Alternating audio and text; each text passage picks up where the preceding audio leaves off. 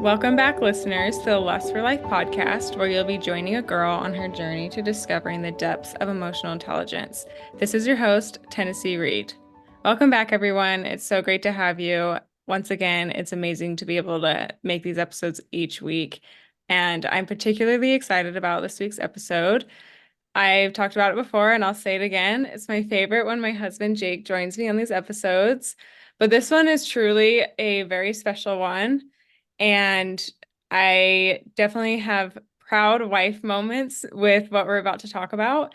And essentially, Jake just accomplished a really amazing goal that takes a lot of physical capabilities, but even more mental capabilities. And I wanted to just kind of talk about it with Jake today and kind of share that journey with you all because it was not easy, but there were lots of lessons learned along the way.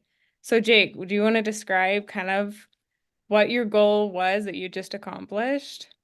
Yeah, and hi everyone. I'm glad to be here again with y'all. Um, as a lot of you know, as I mentioned before on the times I've appeared on here, is I'm a big David Goggins fan. And in 2013, David Goggins set the 24-hour world pull-up record. So he did 4,030 pull-ups in 24 hours. The record that he beat was 4,020. And he talks about it in chapter 10 of his book, Can't Hurt Me. And it took him a long time to be able to do this record. Like he trained for it a while. He had multiple setbacks along the ways. It took him, he had like three real shots at it that he like said, okay, this is the day I'm going to do it. Failed the first time, learned from his failure. This is the day I'm going to do it. Failed the second time, trained harder, learned from the failure, and then he accomplished it the third time. And so he set that world record of 4,030 pull-ups in 24 hours. And so last Friday, a little bit ago, I did 4,032 pull-ups in 24 hours. And David Goggins, he did it in 17 hours, I think like 15 minutes. And I was able to do it in 16 hours, 52 minutes. And I just want to be clear, I'm no way saying I'm better than David Goggins at all, because since then, he has since done like 7,801 pull-ups in 24 hours. The current 24-hour pull-up world record is like close to 9,000. It's somewhere ridiculously high. Um, but that was my goal, just to beat his 2013 world record. And it's not that I was really going to try to beat Goggins. I just wanted to get that benchmark that he kind of set. Well, you just were inspired by him, by his Yeah. book and what he was able to accomplish. So you just were inspired. And it's nothing like you're trying to go after him at all. It's just he just inspired you, which is what probably the purpose of his book. So he's probably very happy to see what the results of his book has, made from people. So this is a crazy number. Um, like what made you decide you wanted to go for this? What, because when you first read the book, you probably weren't like, I'm gonna do it. You probably thought about it. Like, what was like the turning point that made you decide that I'm gonna go for it? Yeah, so when I first read the book, I was like, okay, wow, that's a ton of pull-ups. No way I could ever do that, but I should just start getting better at pull-ups. So I started incorporating pull-ups into my workouts a lot more. And this was probably back in September. That was the first time I read it. It's what month? It's June now. So I then started just doing a lot of pull-ups, a couple hundred every week. And I just started doing them because Goggins did it, so I chose to do it. And so then I started doing it a lot, and I um, just kept doing it. I didn't think anything of it. So I'm like, yeah, no way I could get Goggins' record. Um, and then I the more I just kept incorporating pull-ups into my workouts, I'm like, okay, I'm getting a little better at this. And it was like in the far distance, like oh, maybe if one day I trained hard enough, I could do this. But then I still was like not really committed to it or anything. And then as you mentioned on this show before, we were training for an ultra marathon and I broke my foot, which I talked about during a regular marathon. Um, which was also largely inspired by Goggins. And so then at that point, I had a broken foot. My foot was in a cast. I couldn't do any like leg workouts. I couldn't like run. I couldn't bike. And then I was even my triceps tendon was messed up because this one day I decided to do 10 push-ups on the minute throughout the whole Pirates of the Caribbean. Whatever one was like the longest one. I don't know. I did like over like 1,400 pull-ups during that movie, and my Push-ups, you mean? push-ups, yeah, during that movie. And so my triceps tendon was messed up. So really the only lift I could do was like curls and pull-ups. Like I was so limited. And so I'm like, well, the only thing I can do right now is pull-ups.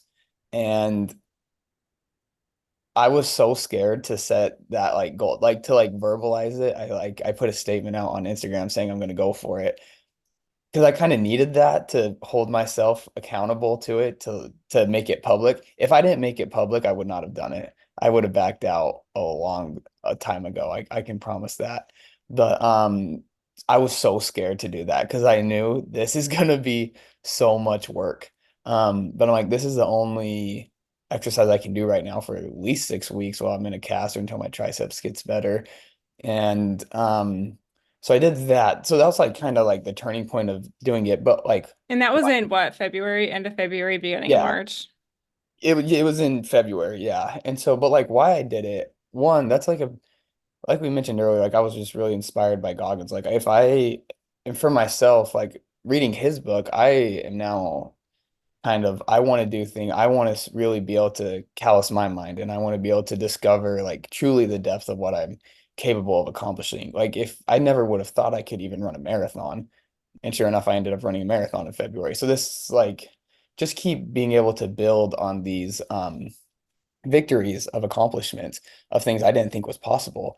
And so I'm like, if I can do something that David Goggins struggled to do, what else am I capable? There's nothing I can't do, essentially. And so that was really it. Like I just really wanted to push myself and to push my, like you mentioned at the beginning, my mind, because this was so much a mental thing more than a physical thing, I would say. And so I really one Goggins inspired me to do it, but really I just wanted to push myself. I really like that you were able to like recognize that putting it publicly kind of locked you in, which I feel like has a healthy balance to it too, because you don't want to like care what people think of you, but also if you're gonna say you're gonna do something and you tell people that, that's kind of like your word. And so if you don't do that, that's you letting yourself down, but you're publicly like not doing what you said you're gonna do. And so I love that you're able to recognize it like, okay, I'm gonna put it out there. And when I put it out there, that means I'm gonna do it. Like, because I did something similar on my Instagram too, is I put my New Year's resolutions out there and I'm like, okay, well, we got 7 more months to try to get these. And so once you put out and share your goals with people, it kind of like locks you in, which is pretty cool. Yeah, and I feel like at the time, like I said, like I got so sick of pull-ups and I was like, why am I doing this? But I had so many people cheering me on, and so many people were like just messaging me randomly or at school. They would stop me like, hey, how are your pull-ups? How's it going getting Goggins? Like I had so many people on my side. I was like, I can't let them down. I just have to keep going. So that was a big part of it too. But And you also, can't let yourself down. That no, is that's the what I was most gonna important say. part. Yeah. Also, I said I'm gonna do something. I'm gonna do it. This was February, March, beginning of March. What was like the daily grind like? Like what was it every day? Like I'm sure it was not easy, especially watching you as your wife do this. Like we're on vacation and he's at the hotel gym for like 3 hours doing pull-ups. They're like we had to wake up at like 4 a.m. when we were like in Washington, D.C. And we both like woke up so early. We're just like busting out our workouts so that we can go walk 12 miles across DC. But like just like it takes a lot of sacrifice and a lot of time. Yeah, so the first like maybe 2 or 3 or 4 weeks I had to build, I kind of had to still work on my base. The most pull-ups I've done, I did before that, and one day was 1,001. And that was hard for me. That was very difficult. Um, and so I just needed to really just work on my base. But I was consistently doing like 300 in an hour, like maybe a week, 1 to 2 times a week leading up to this. And so I typically I would start on Monday, I would do anywhere between like 200 to 250 weighted vet or pull-ups with a weighted vest on 20 pounds before school. And then after school, I get off the bus and I walk home. Between the bus stop and home, I pass the apartment gym. So I'd pop in, bust out 100 pull-ups real quick. It started off, it took me about maybe 13 minutes to do it, but by the end I was doing it in 8 minutes. And so I would do 100 and then I'd go home. Tuesday, I would take the day off. Wednesday morning, I would do about 300 pull-ups, and I started off I would have to do it in sets of six, and then I would get better and be able to do it in sets of seven, and then sets of eight, and then sets of nine, um and then again after school off the bus 100 before I get home.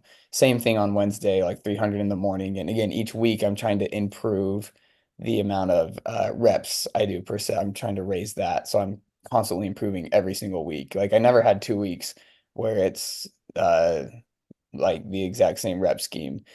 It was always improving every week. And so then again, when or Thursday, I think I got my days mixed up. Monday's the weighted vest day, 100 after school. Tuesday, nothing. Wednesday and Thursday are both 300 in the morning, 100 after school. Friday, I took the day off. So that Saturday, I would do 1,000. But again, it took me like 3 or 4 weeks to build up to that. But then I would do 1,000 every Saturday. And then by the end, I did like I did one 2,200 day. I can't remember if I did a 1,500 day or not. I'd have to go back and look at my notes. But I did a 2,200 day. I wanted to actually just see how far I could go that day. And I ended up just getting 2,200. And I stopped because my pinkies went numb, which was they hurt so bad. It took like, I couldn't even like in the shower after like shampoo my hair. My pinkies couldn't even touch my head. They hurt so bad. I can't even describe it. And it sounds weird talking about it. But it took like a week before my pinkies got feeling back in them. But then I would have Sundays off too. And so that's just kind of how I tailored my training plan. And then it was rough some days. Like I will keep in mind, I'm on a cast. And so there were some days where it's pouring rain outside at 5 a.m. I'm having to like get a plastic bag, cover my cast. I'm on my knee rover, trying to move around, go up, trying to hop up the stairs to our apartment. We had you have to go up 3 stairs to get to our thing. So I'm trying to hop up there, hold my knee rover, pouring rain, wheel all the way over in the rain, like maybe an eighth of a mile to our complex gym, just getting soaked so I can go do 300 pull-ups before school. And so those days were pretty miserable, to be honest. Um, but they were there. Yeah. It's just part of the journey. I Part of remember the one journey. time, I think I have a photo of it too. It's so early in the morning, and like if you know me, I am like so groggy when I first wake up. So if you tell me anything when I first wake up, just count it as you didn't tell me it because I will forget. But I was like, we had just thrown our clothes on. We were gonna go to the gym together. And I was going to lock the door and I just hear this like crash and I like look over and Jake is just laying in the garden because he had just like he like tripped over the 3 steps trying to get up and it was just like a vivid picture of like that is like picturesque of the daily grind like just laying in the garden like not even moving because you're like this is just rough. No, I'm saying it got to the point too, just like doing the pull-ups, like it's kind of boring. You just do like Extremely. eight on the minute for however many minutes to get to 300. And so you just do 8 pull-ups and just sit there and just think. It's just you and your thoughts. And so it gets really boring. Like it is just really like you and your brain. And so some days, like again in the daily grind, like when it's raining, I have to throw the bag on, hop up on my knee rover, wheel over so I can just sit there and do 300 pull-ups. I'm like, literally no part of me wanted to do that at all. Like it's like the last thing I would want to do, but I had to because I knew, like we talked about earlier, that was my goal. I needed to get it. So these are like massive numbers. Like when you're just casually just throwing like 400 pull-ups a day out there, like 1,000 pull-ups on Saturday. Like, like you've done it for how many weeks in a row? But like, if you actually think about that, that's wild. Like that is a lot of pull-ups. Like those are some crazy numbers. And then also to think you're only doing how many on the minute? How you're at the gym for hours, like just sitting there doing pull-ups. Like that takes so much, like it's almost like half the battle is fighting the boredom. Is that like what you were saying? Like it's just like you're just freaking bored. Yeah, I definitely got better over time at just being able to just sit there and focus. And like some days I would try to, and it's like a weird time on the minute. It takes about 1.5 seconds to do a pull-up. So 8 pull-ups would take me about, was that 12 seconds to do? So then I have 48 seconds between that I get a rest. You can't do anything in that Yeah, it's time. just enough time for like, Yeah. I don't even know if I can make it to the drinking fountain. Yeah. I tried to study sometimes, but you can't. Like you get into it and then the timer goes off, you got to do another pull-up. Um, I got to the point sometimes I would watch like movies. I'm a big fan of Top Gun, so I watched those while I was going. I tried to listen to books, but I couldn't because there was some workout where it got, like I said, I was improving the rep scheme every week and making every week harder. So I was improving every week. Um, but I couldn't listen to like a book because I had to focus so hard on the pull-ups. Like I had to be so locked in on the pull-ups, I couldn't listen to the book. I just found myself rewinding between every set. So I stopped that. Oh, half the days I would go just no music. Um, because I just need to be, you had to be locked in on the pull-ups, especially later on when it got like I'm doing sets of 9 or 10 or 11 or 12. I had to be so locked in. Um, I couldn't listen to anything. I mean, I could have music playing in the background, but I would just end up zoning it out. So yeah, my brain definitely, it was like we talked about the mental part of it. I definitely improved my mental stamina a lot and like my mental discipline a lot during this whole thing. Just and now I thought it was funny too. Like when we drove out from Utah to North Carolina, oh my gosh, that was like a 30 something hour drive and that was rough. That was And like torturous for both of us. Like we were like, we are never doing this again. and Lucy. Yeah. Split it up into like 8 and 10 hour days. So I just barely drove 8 hours from Chapel Hill to Nashville. And that was the easiest 8 hour drive I've ever done in my life. I think because my brain is so used to just grind, like just like I Just being don't in your own thoughts, just being just okay with just being in your own thoughts. yeah, just not needing to always be entertained, just not needing this instant gratification all the time. The like I mean, just like we look at on like a lot of movies, what you said they change the camera angle every like 2 seconds because our Less brain, than, it's like every like 1.5 at least. yeah, because our brains just lose focus. So I think doing that helped my brain be able to know it's okay. I don't always need to be entertained. I don't always need to be scrolling on Instagram. I don't always need to be doing XYZ. I'm okay to just be present. And so that drive went by so fast on the way over here. You're able to actually save energy, in my opinion, when you don't listen to anything, because your mind being locked in, connected to your body, when you're trying to perform at that high of a level, all your energy counts. So when you are your mental energy affects your physical energy too. So when you're watching a movie or you're listening to music or you're trying to focus on a book, that's going to take away from your physical abilities. So that's interesting that you say that because I guess it makes sense and it gives you a lot of stamina just to be okay just sitting there and being locked in too. No, but like even like some of the running workouts we would do, like the sprinting up hills, at the end, I had like we started with headphones in, but I had to throw them out because Yeah. I'm like there's too much going on. I need to focus on running and getting Yes. styled. So, and even then, like just doing this, like yesterday, I did a 112-mile bike ride, climbed almost 7,000 feet. Took me over 6 hours to do. And I was just talking to people like, oh, do you wear headphones while you're doing it? What do you listen to? I'm like, nothing. No headphones. Like for 6.5 hours, I'm like, yeah, nothing. Like, are you psycho or are you crazy? I'm like, no, I prefer it that way, to be honest. Yeah, isn't that Makes it weird? easier. I mean, I know this episode, I want it to be about you, but also let's share. We are both training for an Ironman in November. Um, and I started to not wear headphones, and on my last 6.5 hour ride, I didn't listen to anything. And it's like you just get locked in and you're okay with it. Like music is such a distraction. There's a time and a place, don't get me wrong. But when you need like to be locked in and you need to focus, you need to listen to your body, you need to figure out what your body needs. Like the music is it's such a distraction, which is so interesting. And it's almost more enjoyable just to like be comfortable in your own thoughts too. Like just letting your mind go where it goes on this like, long bike ride. You come up with some really, really great intuitive thoughts. No, So definitely. let's talk about the day itself. The big day. So why did you decide to do it then? Did you feel like you were ready? I did, like I mentioned, I saw as far as I could go. I got to 2200 and I stopped because my pinkies went numb and they hurt so bad. Muscular wise, I felt great. I felt like I could have kept going, but like my fingers hurt so bad, so I stopped. Um, and I just got the sense like I read that chapter in David Goggins' book, chapter 10 of Can't Hurt Me, probably 7 or 8 times, just seeing what he did to train, like trying to learn from him.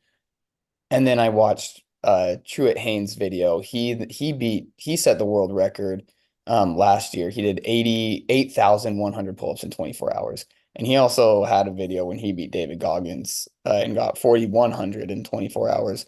And so I watched his videos. Tennessee got sick of me watching them all the time. I will, I didn't get sick of it. I just was like, can you put in headphones? Like, I feel like I've heard this video 20,000 times. which is But close to I me. loved them, but I just felt like Jake was literally in any spare minute watching these videos. And I'm like, okay, I feel like I've seen this so many times. Like I was just, if I wasn't physically training in the gym, my brain was constantly thinking about, like I would literally dream about doing pull-ups. Like I would be dreaming, counting reps of doing pull-ups. Like I was obsessed with this goal. And I think when you have such a big goal, you have to be obsessed at that level in order to achieve it. Otherwise, you're not fully there. And so I'm just constantly researching as much as I can. What did they do? What worked well with them? And so I was like looking at Goggins' numbers and like he was doing 470 minutes. And like I'm doing 400, what was it like in 40 something minutes. And so I'm like, I'm well on track. And then Truett Haynes, I think he did, again, I could be wrong. I think he did like 2000 one time and it took him like 12 hours. I'm like, geez, I got my 2200 in less than 7 hours. So I'm like, compared to the people who have done it, I'm on a great path right now. I'm like, I feel like strength wise, I'm really good. And I was so sick of doing pull-ups. Like that was all my workouts were, like just pull-ups, except for like my rest days. And then I started like being able to like run and bike again a little bit and do some leg stuff. But like the majority of my workouts were pull-ups. Like I wouldn't go, I love baseball, but like I can't go throw a ball right now because like I don't want to hurt my arm or like hurt my shoulder for my pull-ups. And I don't like really know like big like bench press workouts because like I got to save my arms for this. So there was so much I was missing out on just from doing pull-ups. And again, it's so boring just sitting in the gym doing so many pull-ups. So I was so sick of doing pull-ups. And so I wanted to be done so fast with it. The original plan was to do it in like Thanksgiving break.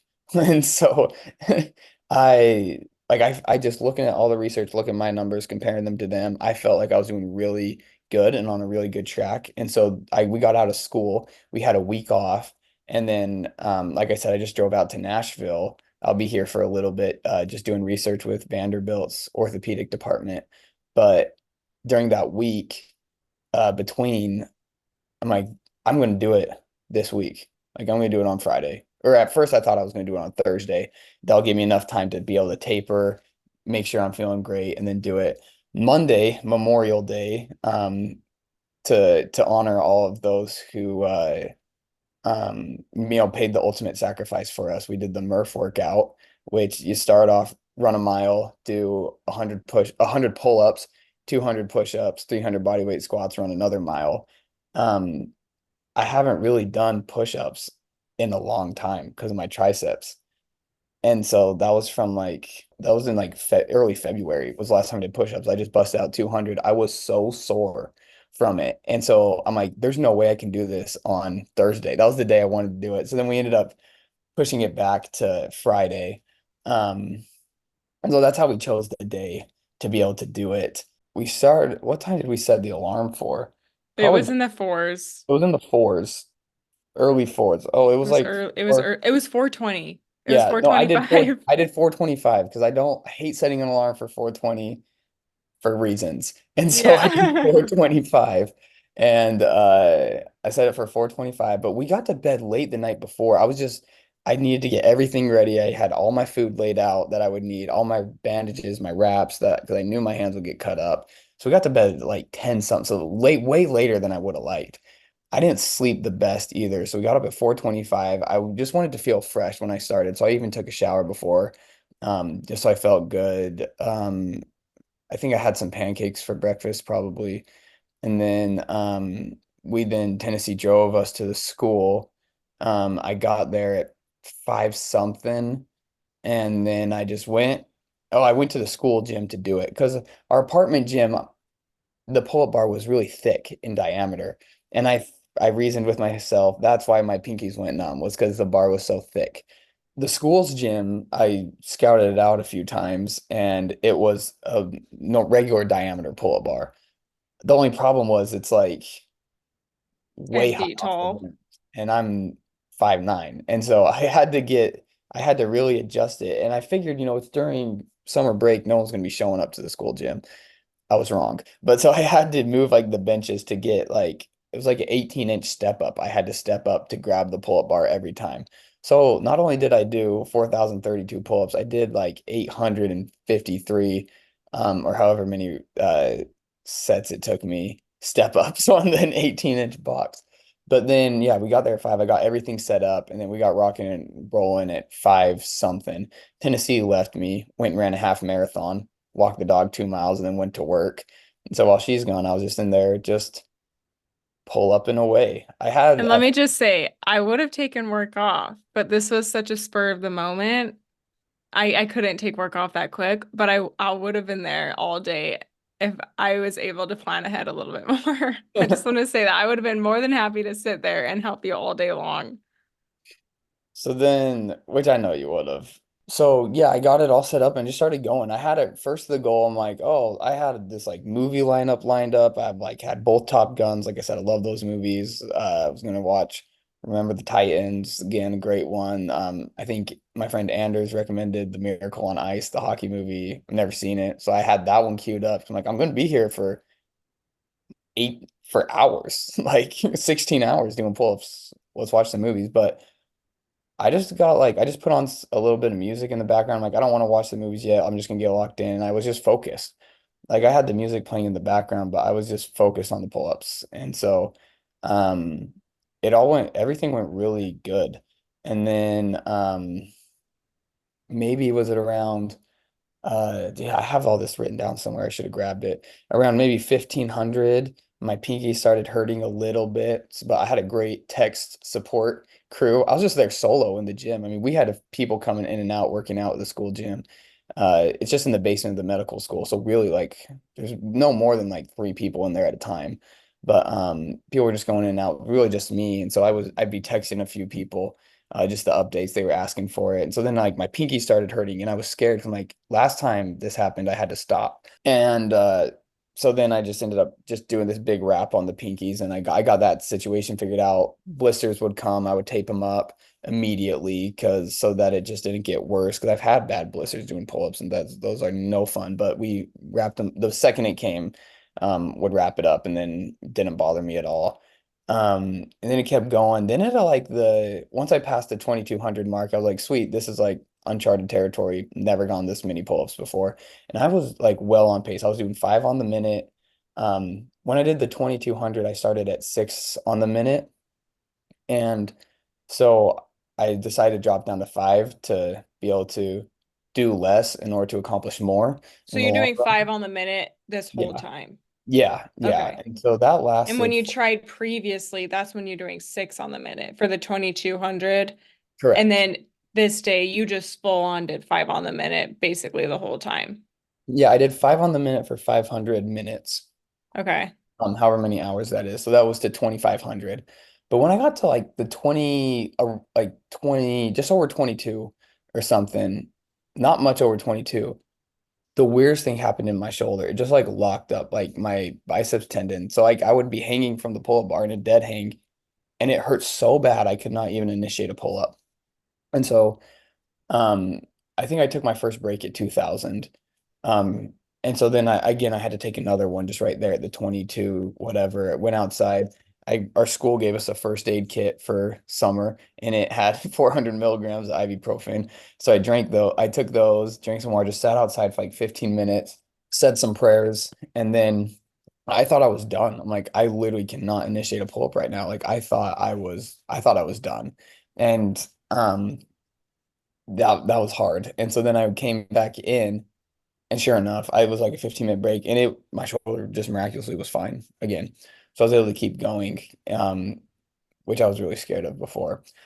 So yeah, I was able to keep going from there, and then it was so boring.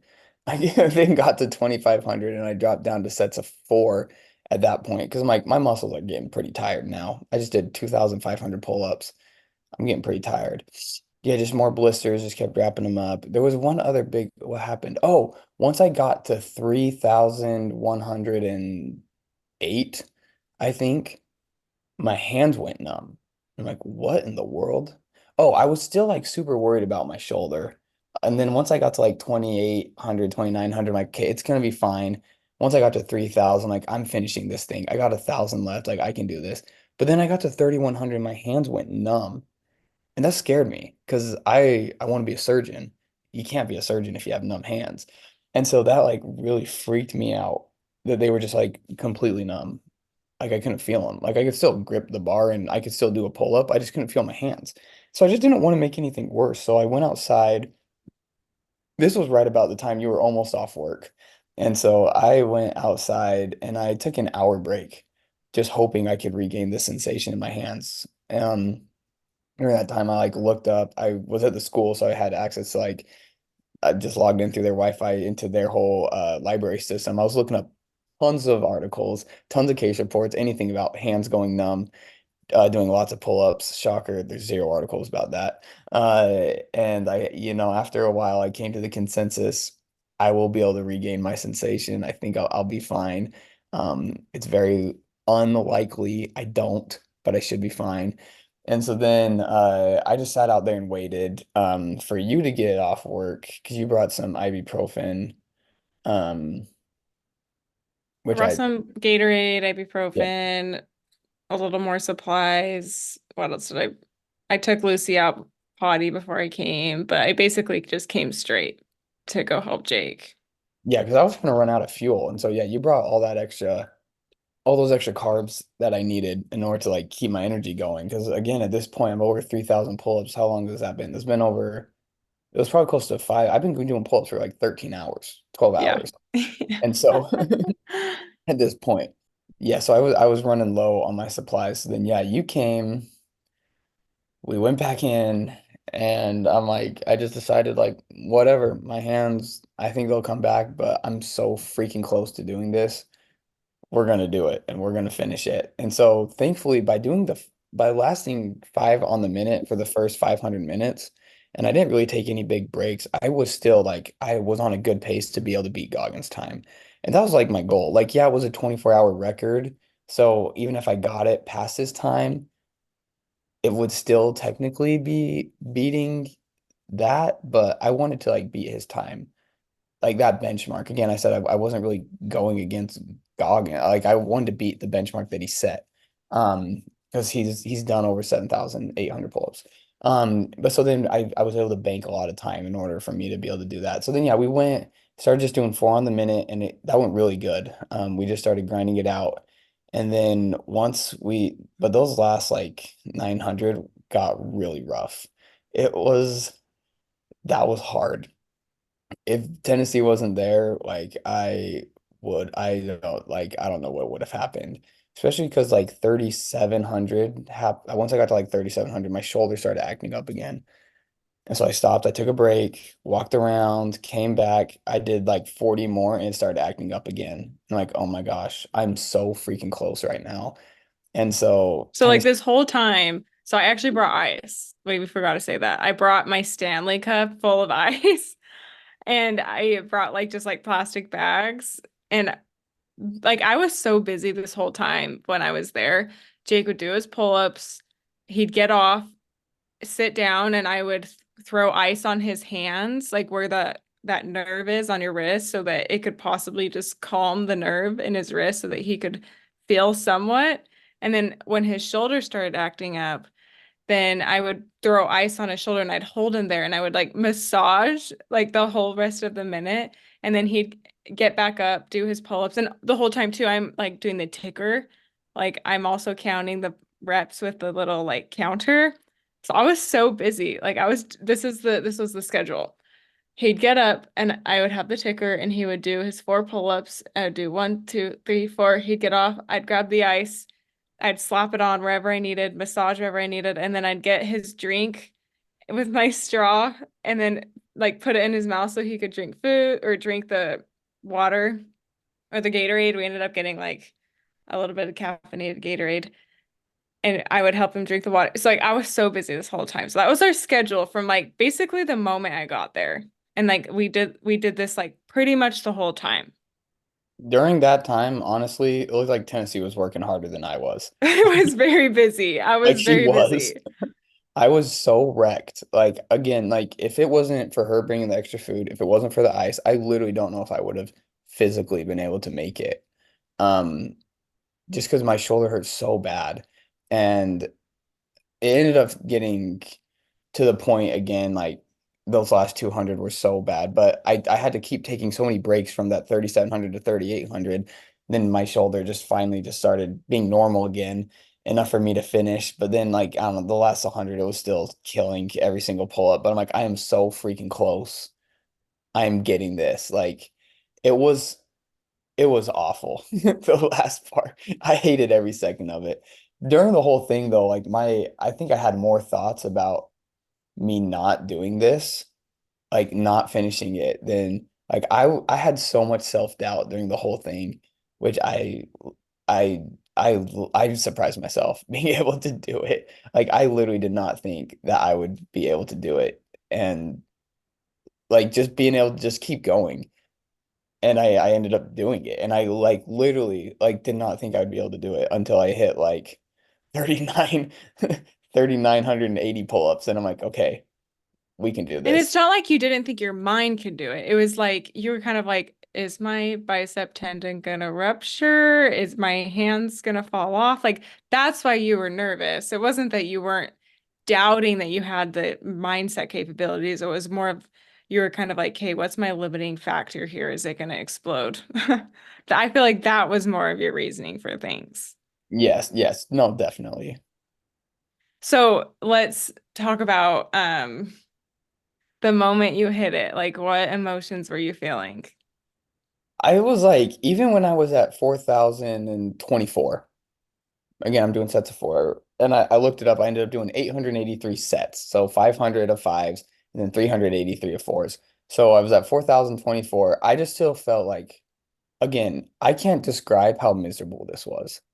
Like, it was the hands down the hardest thing I've done. Like, it was ter like running a marathon on a broken foot. I would do that any day over 24-hour pull-ups. And so I was just so like gone mentally, like Just fried. You were just exhausted. exhausted.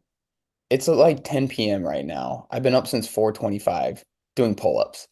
And so I didn't think anything. 4,028, I hit that. And again, I'm just like, okay, whatever. I didn't think I'd get that stoked when I finished. And then we had Toby Keith, courtesy of the red, white, and blue, come on the stereo. And that just like sent me into overdrive. Like that, I just got fired up and I was like, let's freaking go. We're going. I had my airborne shirt on, just filled with American pride at that point, and we are getting this. And then I started getting real excited. I'm like, I will get this four. We're gonna beat the time under 17 hours. I did the four. It was just such a sense of relief that I didn't have to do pull-ups again. Like half of it was like I just did this, and half of it was I don't have to do pull-ups again for a really long time. No, it was, I have a video of it and we'll have to share it with everybody, but it was like a pretty cool moment. It was a very proud wife moment. You always want to, you always talk about wanting to marry somebody who pushes you to be your very best version of yourself. And that was like me watching you do that. I was like, oh my gosh, like Jake is invincible. Like he is just pushing himself, which makes me want to push myself to my limit because you just you just set such a good example for me and like our future kids and everyone around you.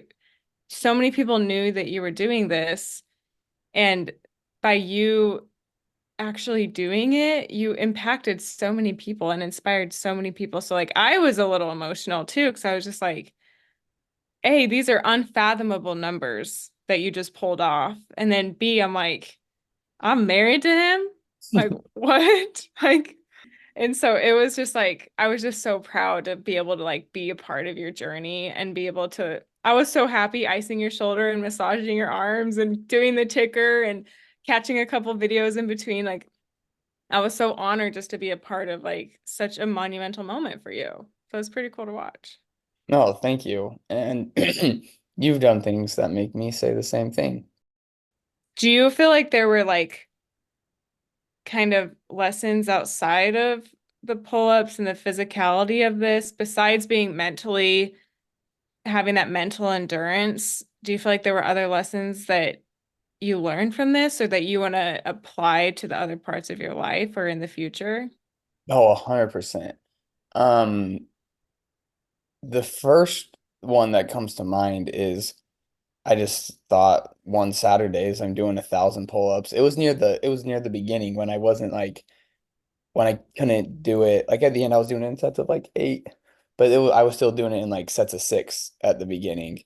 And so trying to get 1,000. And so I was just like, wow, this is gonna take so long to do 1,000 pull-ups in sets of 6. Like this taking forever.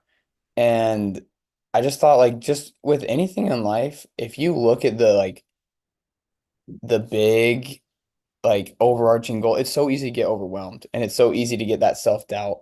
And um the only way that you can like get through those things is just be present in the moment and just focus that all I have to do right now is 6 pull-ups. That's it. Yeah, I'm only 12 pull-ups in and I'm already bored. But why would I worry about the 988 I have to do left? All I have to do right now is 6.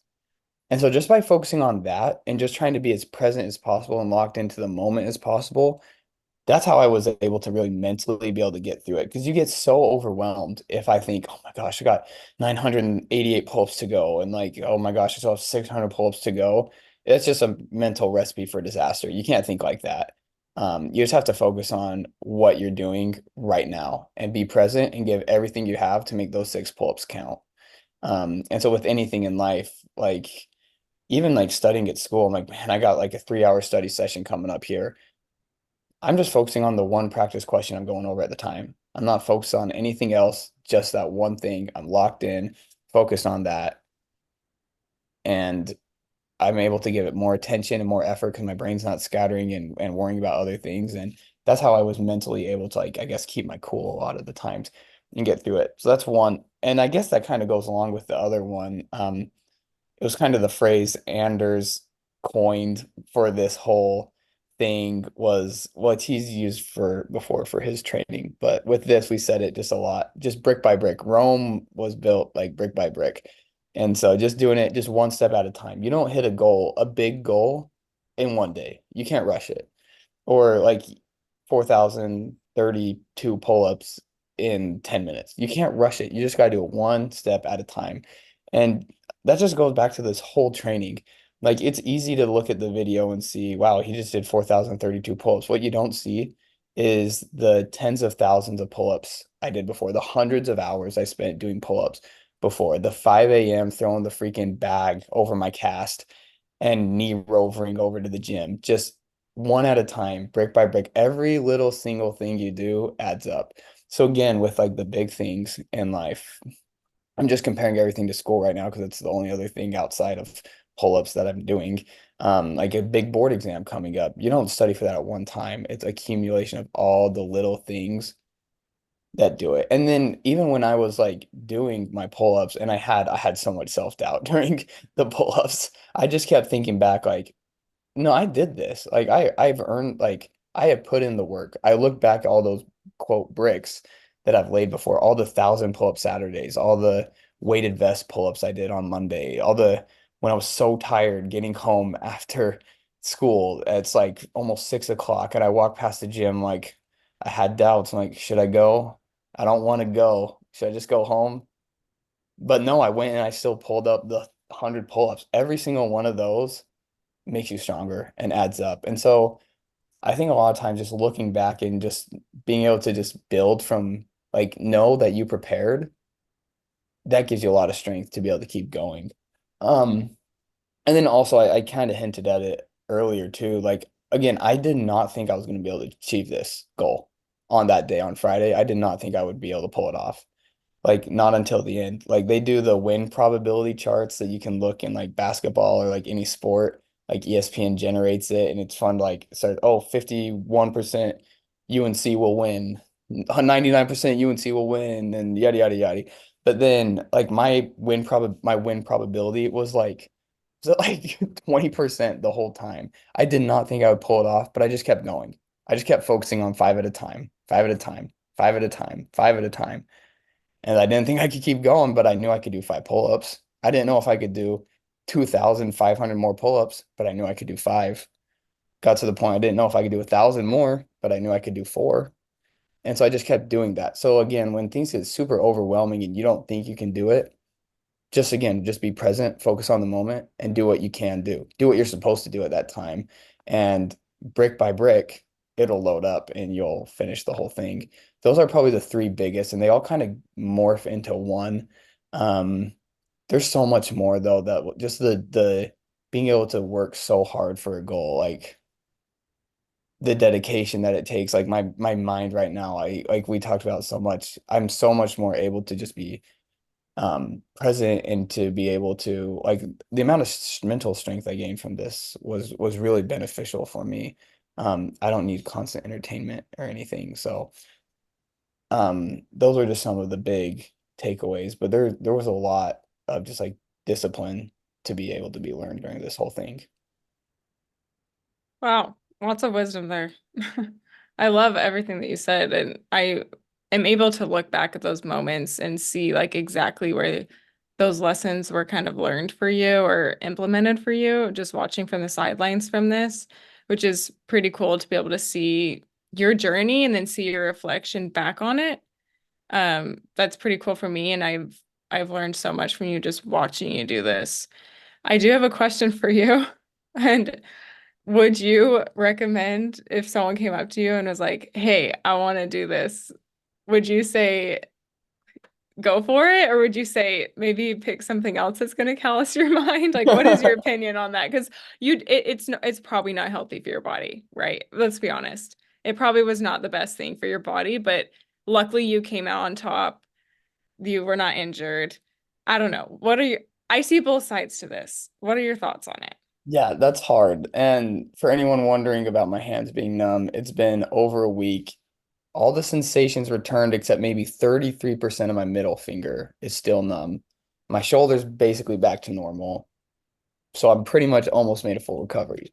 But if someone asked me to do it, I don't know. I don't know what I would say. I would, because I'm all about go for your goals. I would say if they want to do it, I would say go for it. Just be Be smart. just be aware XYZ is going to happen. Be aware your hands will get chewed up. Be aware your hands might go numb. I haven't heard of anyone else's hands going numb though. So maybe that was just a weird me thing. So they Well, I might, don't think many people talk about completing 4,030 something pull-ups, though. I don't think very many people do that. that's true, So, but none of the videos on YouTube I found of people doing that many had hands going numb. They all had shoulder problems though. Um, no, if someone wants to go for it, I think it's a good you will learn a lot about yourself. You'll learn a lot about life doing it. Um, it's that's a hard question. okay, Because I see both sides. I see yeah, both sides. I'm all about going for your goals. I don't think I would discourage it. I would just give a lot of caution to it. Um, that's what I would do. Yeah, I see both sides of that. So I think that's a fair answer. But So, then if they decide to do it, I would cheer them on 100% yeah, and yeah. every step of the way and coach them as much as I could. Yeah. I mean, if someone's going to do it, you give them the best shot they can with it. And something else that's been interesting too, you talked about like lessons. I've had a lot of people come up to me and be like, how do I get better at pull-ups? And my answer is, you just do pull-ups. You just do them. And so like just do them.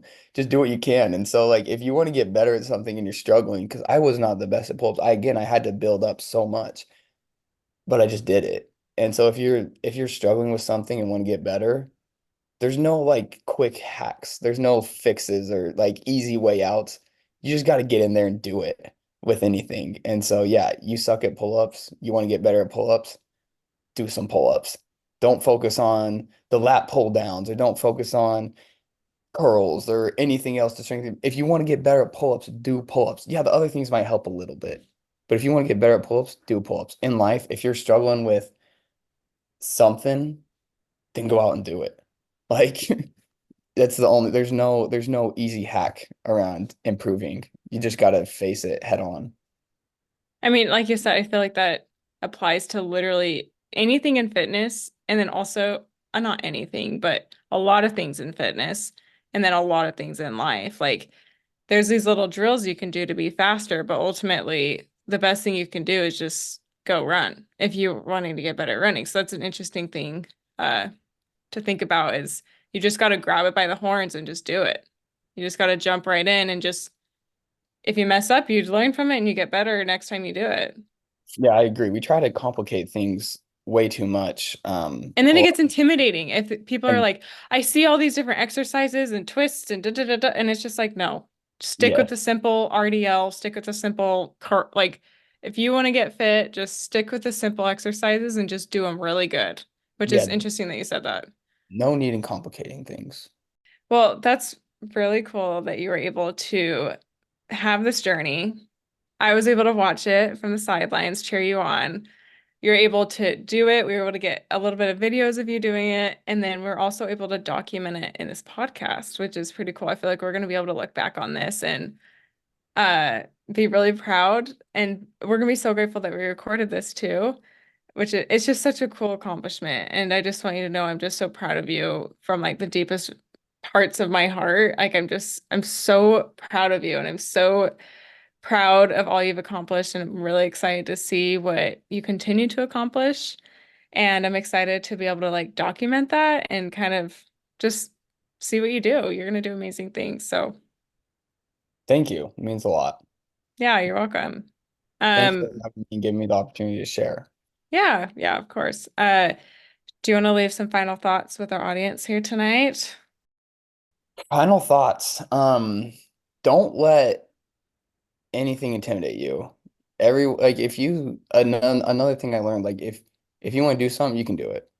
And that like now I know that like yeah, I did something David Goggins struggled to do. There's literally nothing I can't do. Am I like a special person? Like better than anyone else? No, absolutely not. I don't have any special genetics that someone else doesn't have. What I do have is a hard work ethic and discipline, and I have motivation. Not really motivation, but consistency. Like I just keep going. I have goals. So if you want to do something, but you're afraid that the goal's too big, when I set this goal, I did not think I would be able to accomplish it. Even when I was doing it, again, I did not think I'd be able to accomplish it. So I'd say set big goals to the point where you set big goals you don't think you can accomplish and go out and be obsessed with it. Do anything you can to get it. Be just consumed with the thought of accomplishing that goal to the point where you're dreaming of doing pull-up reps. And you'll be amazed at what you'll be able to do. Half the time we are so afraid of failure, we set goals that we know we can achieve. And what's the point of that? Um, but if we set goals we don't think we can do, we grow so much. And there's But then really, you have that mindset that you're going to get it. It's kind of yes, like that overreaching goal, but then you also have to have that mindset of like brick by brick, let's consistently do this, let's get it, you know? yeah, yeah. So I would just say my last words of advice, set some big goals out there, everybody, because you have no idea what you're capable of achieving. We all settle for so much less than we are. It's kind of sad to realize, like, even me, like, I feel like yeah, I'm proud of like where I'm at right now in life. Um, but I think I've fallen previously. I've left a lot on the table. I could have done so much more. I could have accomplished so much more if I would have known this 10 years ago. But even if you would have asked me like a year ago, 10 months ago, if I was like living up to my full potential, I would have said, yeah. I'm like, yeah, I'm in medical school right now at a really good medical school. I'm doing great things. I've accomplished a lot. I'm proud of what I've done with my life. Yeah, I'm living up to my full potential. Now looking back, I realized I was not. Like, there's so much more we can do. And so many times I think we get stuck in that, like, not necessarily complacency, but we don't go to the next level and push our brains and push ourselves to the next level to really like my brain, like my eyes are so opened right now to what I am able to accomplish, like anything. Especially with God's help, there's nothing we can't accomplish. I love that. I love that advice you shared and how you're able to recognize that you have previously probably left things on the table, but now you're like, I will absolutely not. Like, I'm gonna accomplish as many things as possible and add as many things to my life resume as possible. I love that mindset. And thank you so much for being here tonight, Jake. I know you're busy doing your research in Nashville. Um, but I really appreciate you being here and sharing your journey and your goals and how you accomplished it. And I know that you're going to inspire a lot of people with this story, and you're going to continue to have people reaching out to you, asking how you did it and asking for advice. And um, just know that you inspired them. And once again, thanks for being here. And thank you for the audience for also listening in. And we hope you enjoyed this episode and felt the energy and the motivation that Jake is radiating right now. And hopefully, he inspired you in some way, shape, or form in your life. And we will end this episode today, and we'll see you all next week.